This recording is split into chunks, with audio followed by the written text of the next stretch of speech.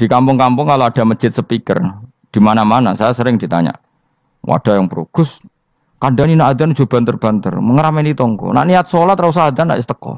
Bar. Sing sitok, yo ora kudu banter ben siar.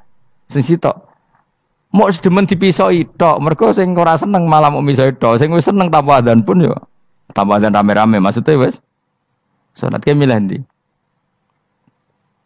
Dulu tuh perdebatannya gitu. Abu Bakar nak wiridan ning masjid tuh wirih banget. Selirih-lirihnya. Umar nak wiridan bianter. Tapi ranggo sound system wong zaman itu, tapi banter aja. Tapi sing ngrameni lah, intinya sing ngrameni. Ketika Abu Bakar ditanya Rasulullah, ya Abu Bakrin, kenapa kamu melirihkan suara?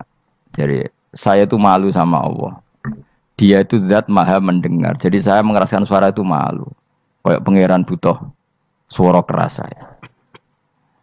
Umar ditanya, kenapa kamu terlalu keras? Umar jawabannya sederhana. Bener-bener ngantuk.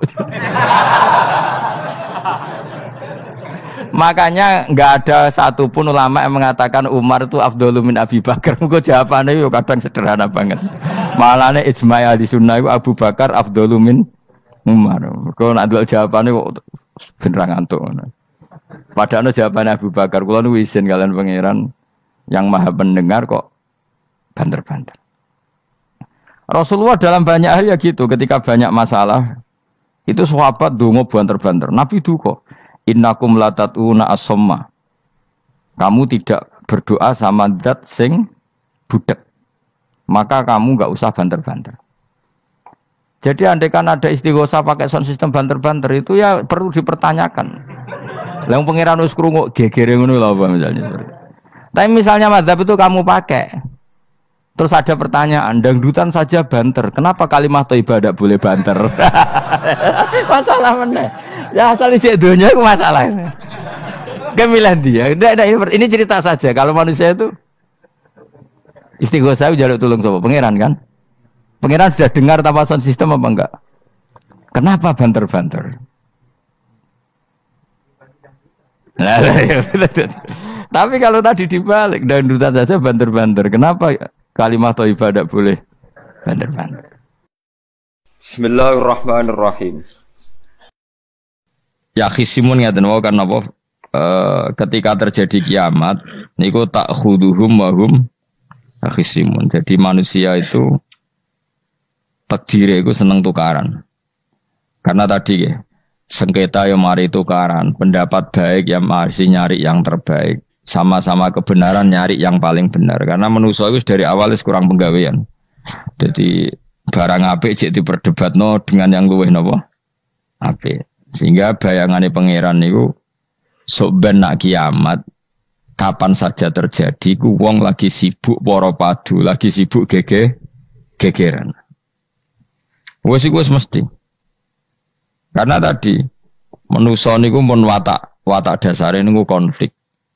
Ya tadi misalnya pengurus masjid bahkan mungkin organisasi-organisasi perdamaian itu pas rapat ya tukaran. Padahal organisasi ini perdamaian. Ya tapi pas rapat lalu solusinya apa?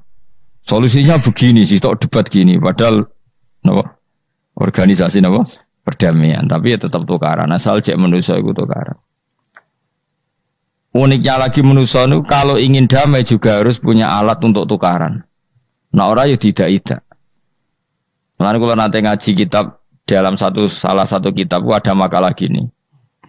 Idza aradta as-sulha fasta'id dalil harbi. Kalau kamu ingin damai, maka siapkan alat perang sebanyak mungkin. Karena logikanya gini ya, kalau misalnya ada bajingan atau penjahat, dia punya bom, punya pedang, terus kamu sebagai orang soleh tidak punya apa-apa, bisa nggak bergening perdamaian? Kan nggak bisa. Mereka terpaksa damai karena kamu punya senjata yang imbang. Jadi kalau musuh kamu punya nuklir, terus kayak nggak punya apa-apa, ayo damai wae. Kamu kan rugi damai. Wong tak bom kena kok damai barang kan gitu. Makanya kamu harus punya senjata yang imbang. Makanya dalam tafsir-tafsir itu diterangkan ketika Allah menyuruh kita wa iddu lahum mastata'tum min quwwati wa min ribatil khaili turhibu nabi aduwallah. Kamu umat Islam harus menyediakan alat perang sebanyak mungkin. Itu bukan berarti Allah menyuruh umat Islam perang terus buatan. Dalam keadaan dunia yang banyak gesekan seperti ini, orang itu bisa damai justru kalau sama-sama punya senjata. Dan itu teori itu dipakai seluruh dunia. Segamane cara sing didelok wong akeh sing ora jare. Misalnya Amerika kan terkenal dikjaya, Korea Utara ben dirgani Amerika kudu gawe senjata sebanyak-banyaknya. Ya sudah seperti itu sudah teori yang dikatakan Quran. Mata dolim itu nak ora di napa nak ora diimbangi ya mesti yang satu diinjek. Makanya dalam fikih Islam itu lucu. Fikih rodok jorok tapi gelem ra gelem kayak kudu setuju. Ya cara fikih kayak di bojo ayu cek elek. Nek ra gelem mbok kumpuli ra wajib mbok nafakoi. Dadi kono iso ngancam gak buka dhuwit ra takai. Ajane rada jorok fikih. Itu cara fikih memang gitu. Perempuan itu tidak wajib melayani suaminya jika tidak dikasih nafkah. Lucunya fikih yang merovokasi sing lanang. Dan wong lanang ra wajib nafakoi nek ra dikai iku wis ora usah terangno iku opo. Jadi fikih itu karena ngikuti teori umum. Makanya Mbah Mun itu fikih kata beliau itu, aku mbek fikih ini ra cocok. Aku apa omah tapi dagangan perkara itu. Tapi memang secara prosedur fikih gitu. Mana wong kere-kere itu pancen wis ora entuk jatah kelon karena ra iso nafakoi gitu. Itu cara fikih. Memang seperti itu. Karena kere kok pola, napa? Kere kok pola. Kalau nak kere kudu ganteng. Jadi orang entuk jatah sing wedok sing seneng lah itu ijek entuk jatah. Tapi nek wis kere elek ya wis nelongso perkarane memang jadi karena seorang istri wajib melayani suaminya jika tidak kodak nafakoi. Bahkan menurut fikih Islam itu boleh rafa. Jadi oleh rafane hakim. Pak Hakim suami saya kere itu boleh. Dan itu bisa diceraikan oleh siapa? Hakim. Jadi rafa. Karena tadi manusia itu yakhisimun di mental konflik. Dan mental konflik itu tidak dihilangkan Allah sama sekali kecuali nanti setelah di surga. Makanya Allah ngendikan apa? Wa naza'na ma fi sudurihim min ghillin. Jadi sifat drengki, sifat hasud itu dihilangkan nanti setelah di surga. Artinya di dunia itu antar wong soleh ya mesti hasud. Mana ada sing ora soleh, sing soleh wae kudu hasud. Ya senine ngono. Waktu Indonesia ini rebutan dari presiden ya gue rebutan masjid geger, bahkan rebutan ngeklaim nak solatnya paling sah, torekoe paling bener itu ya geger. Padahal yang ngerti otoritas itu yang pangeran, tapi manusia tetap menang kalah, geger. Besok sak PT nak seneng dalan ya geger. Kalau sering lupa besok balapan itu kadang kisah nopo, sak PT, sak PO itu. Karena nanti bayangannya pangeran itu, ya mesti terjadi yang pangeran sengendikan kiamat itu tak khuduhum wahum ya khisimun. Jadi penoramen yasinan tok ora paham tak tulung bangunan ora paham bangetan. Wa hum fi ghaflatin minha bitakhasumin wa tabayu'in wa aklin wasyubin. Mesti manusia itu di mental takhasum saling berebut.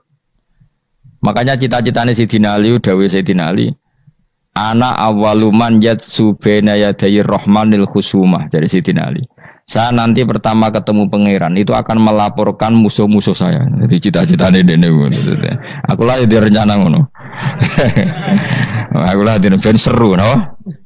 Jebule bareng lapor ku Allah wah ya nyoro. Sayyidina Ali pede wae anak gue wis lapor jebule. Salah. Karena apa? Ya itu tadi. Manusa iku wis pokoke ngono. Pertama manusa itu Nabi Adam. Iku ya wis geger mbek malaikat. Dari pangeran Adamu khalifah, dari malaikat khalifah kok manusa mesti seneng geger. Tapi malaikat protes itu geger dhewe, pangeran sing duwe kawula kok ngangkat digegeri. Jadi mengan pangeran ra trimo. Wong aku sing duwe makhluk gawe aturan kok mbok gegeri. Iku pangeran. Jadi manusa pertama iku ribet. Pertama ribet mbek malaikat. Bareng Qabil mbek Habil ya ribet mbek dulur. Mulai dhisik perkara wedokan. Jadi sekunane kunong wedok mari ribet. Kalau nong wedok tambah ribet. Soalnya doanya wis ribet, dinikmati wae no. Dinikmati. Makanya banyak orang top itu. Kalau punya kenalan banyak orang top. Niku ribet itu di manage. Jadi ada salah satu tokoh Indonesia itu terkenal sekali. Nak pidato ra kontroversi ra iso turu, tapi nak wis pidato wong bingung kabeh iso turu. Niku saya sangat kenal orangnya. Saya ngerti supire takoki, "Mau piye? Tak pidato ini udah bingung ta." Nak dijawab ra bingung kecewa deh. Lha jawab wah bingung sedanten, wah seneng terus iso turu deh. Karena memang konflik itu manusia tuh seperti itu. Jadi apa ya? Kebaikan pun makanya ada guyonan ini betul kisah nyata ini. Tapi reputasi bernegaranya ini karena sensitif. Ada negara tertentu yang muadzin itu digaji 30 juta. Jadi orang melarat ini muadzin tok itu 30 juta. Naiknya BMW. Imamnya itu digaji 70 juta. Hitung saja kalau 70 juta satu bulan satu sholat berapa? 70 dibagi 30. Kira-kira berapa satu hari ini? 2 juta ya, sekitar 2 juta 200 lah. Enggak kayak Indonesia, imamnya fakir-fakir, terus muadzinnya fakir-fakir. Dikira itu satu prestasi negara itu karena mengapresiasi, menghormati muadzin dan jebule sing kiai Indonesia aja penak. Madekman ke sholat terus. Maksudnya lah madekman ke sholat terus lah ono gajine. Akhirnya kecewa dong. Semenjak itu berani cerita prestasi negara itu pada Indonesia. Ya dia itu bangga negaranya itu menghormati imam sampai digaji, muadzin digaji. Terus dikirakan Indonesia dinya. Imam Indonesia kan fakir-fakir, kadang wis padasane elek imami dhewe, koma dhewe. Terus macam-macam lah. Nah. Tapi dekne gak ngerti nek Indonesia ku pinter tukaran, pinter debat. Oh, berarti ke sholat terus iku perkara ana gajine to ngono. Makanya imam di sana sergap-sergap karena kalau nggak ngimami dipotong gaji. Semenjak itu negara itu nggak pernah cerita prestasinya negaranya mengelola imam. Nah itu dunia-dunia kemarin geger. Saya sering debat sama banyak kiai karena itu. Gue setuju di masjid imami digaji sama ndak. Misalnya saya partai ikhlas, setuju ndak biar ngimami itu ikhlas. Ada yang partai realistis, mereka kan punya keluarga, harus dibaji dong, kalau enggak kasihan. Partai realistis versus partai ikhlas. Menang mana coba? Menurut hukumnya Allah mungkin menang ikhlas, tapi partai realistis, mosok wong kok ngimami tok rantuk gaji. Artinya apa? Dalam kebenaran saja bisa diperdebatkan, apalagi barang bener mbek batil. Karena manusia itu punya mental wahum yakhisimun. Ya sudah seperti ini. Makanya nanti benar-benar gak ada konflik itu di akhirat. Mulane akhirnya imam itu gak bangga. Surga ngimami wangsane hebat njebule mergo digaji. Mandekman ke salat terus wong ono gajine. Artinya salatnya orang Indonesia itu luar biasa. Imam-imam Indonesia tanpa gaji kok. Ya resikonya kadang mutung, itu kan gak masalah. Tapi ya gak masalah lah, tapi tetap ikhlas timbang napa? Gaji. Mulane kula nggih bingung saiki hafid mulai digaji, ustaz digaji, kula nggih bingung ngerti takoki. Kula berkali-kali beberapa pemprov kan ingin mengapresiasi hafid dapat insentif terus ustaz. Kula ngerti takoki jenengan termasuk yang setuju apa enggak, Gus? Muni setuju iku kok didik uang kedonyan. Muni ra setuju hafid metu dhuwit kok ora oleh. Aku yang mending ngene, wong alim ra iso mikir dunya, mending ngono ta. Itu yang tanya itu kadang gubernurnya tanya saya, bupatinya tanya saya, Gus di daerah mana-mana itu ustadz, guru madrasah itu dapat insentif. Cara jenengan Rembang setuju apa enggak? Aku jawabku yo ngelatih ustadz seneng duit yo ora apik. Nentang ustadz untuk rezeki ku yo ora apik. Wong ustadz fakir yo akeh tenan. Nah, kula kan wong keramat, gak mati masalah cara orang untuk gaji. Tapi kan tidak semua orang keramat. Nah, kula wong keramat untuk gaji tetap gagah. Tapi rata-rata ustadz kan tidak keramat. Gak keramat, bujune cerewet. Cek kumpul mertua.